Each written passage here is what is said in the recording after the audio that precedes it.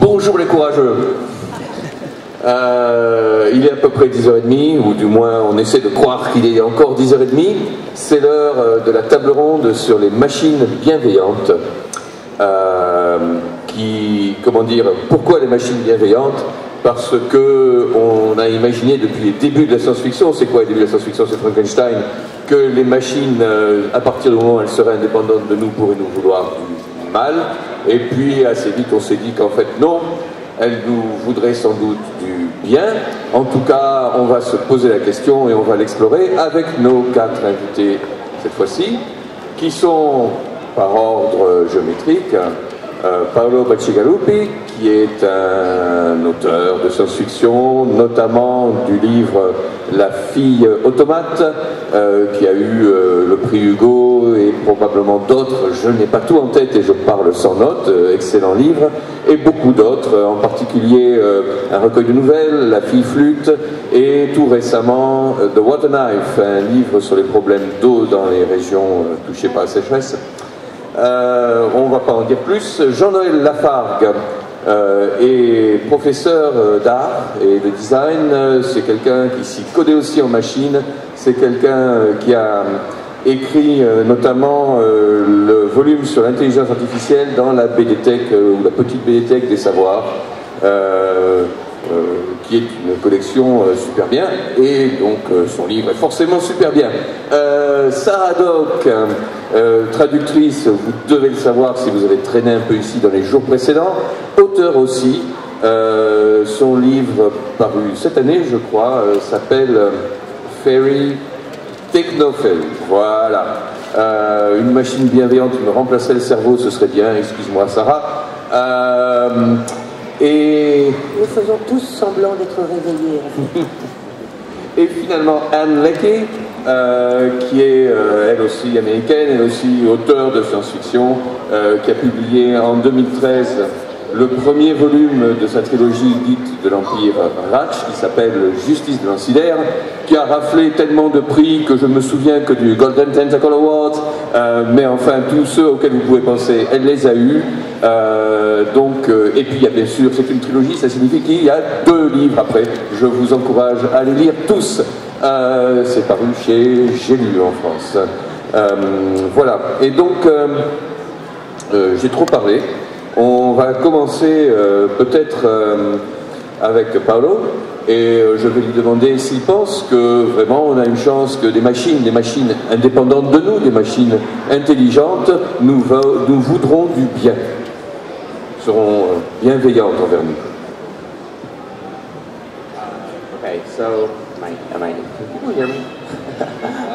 Okay, excellent. Okay, all right. Yeah. Okay, yeah. I'm waking up. Okay, I think that when we talk about intelligent and autonomous machines, science fiction authors sort of end up taking 2 different tracks, and one of those tracks we definitely tend to overemphasize, perhaps, is that idea that, well, as soon as we create an intelligent machine, something will go wrong. We have, the examples of the Terminator. We have examples in my own fiction with things like Mika Model, with the Wind-Up Girl. All of these people tend to find their own autonomous interests, which may not coincide exactly with human interests,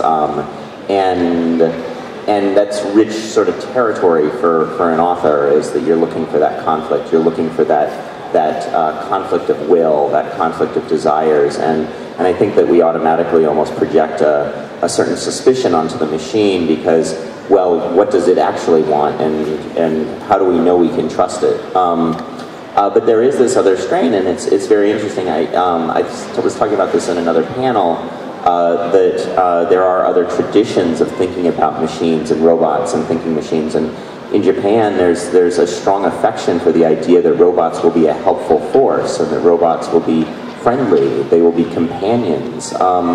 And the other spot where I sort of see that oftentimes is in children's stories. I think about things like,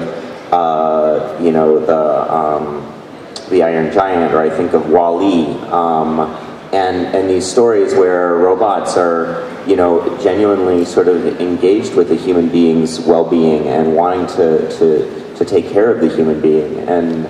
And there's something very, very sweet about that idea that these robots might be a source of comfort, or that they might be a source of support for us.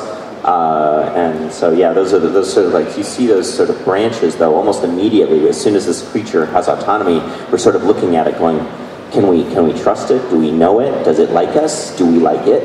And there's you know, the branch, that moment is very interesting. It says probably more about the writer than it does about the machines themselves, or about what the potential of machines is.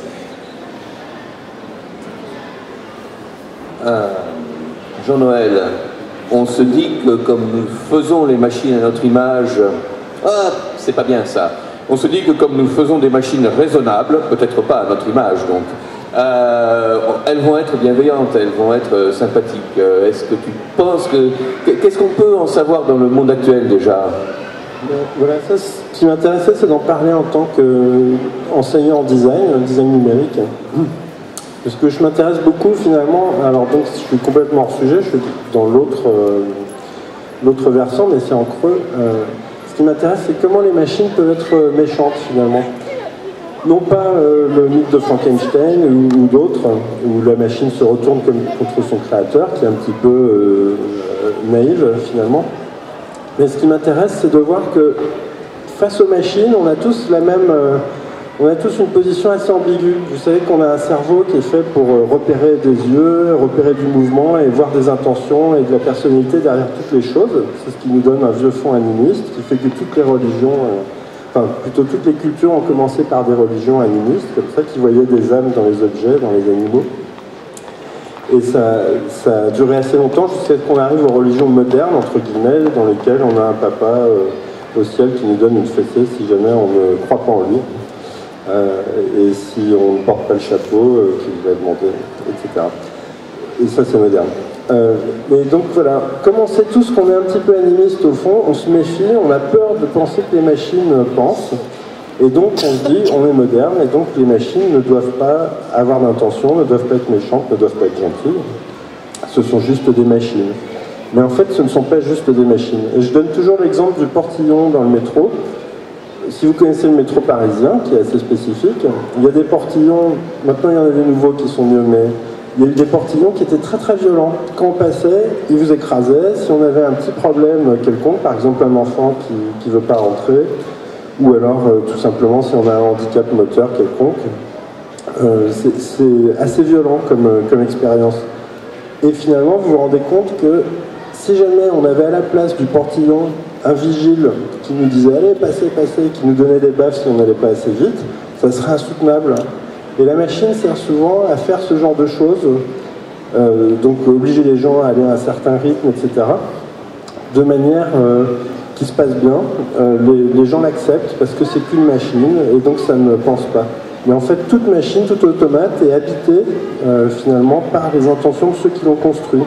Les personnes qui ont construit l'automate avaient des raisons de le faire, ceux qui l'ont réglé, qui ont réglé la vitesse à laquelle on doit passer, avaient des raisons de le faire et qui peut être très méchante. Mais elles peuvent aussi être gentilles, et donc des machines bienveillantes sont tout à fait possibles. Mais pour le moment, dans le design, on se sert beaucoup des machines plutôt pour être méchant. Voilà. Je voulais ajouter quelque chose par rapport à la question que tu avais posée sur les machines qui existent. Il existe entre autres des machines thérapeutiques, de petits robots animaux, généralement sous forme de peluches de bébés phoques, qu'on utilise dans des homes, dans des endroits pour les personnes âgées atteintes de maladie d'Alzheimer, pour leur donner une compagnie, une douceur, sans risquer de faire mal à un être vivant. Mais je pensais aussi, Sarah, à des machines qui soient plus puissantes que nous, telles que la science-fiction en conçoit. Et là, elles ont vraiment le choix d'être bienveillantes ou malveillantes. Et on en connaît des bienveillantes, par exemple les intelligences artificielles Aya de Roland Wagner, Gloria, ou celle imaginée par Ian Banks.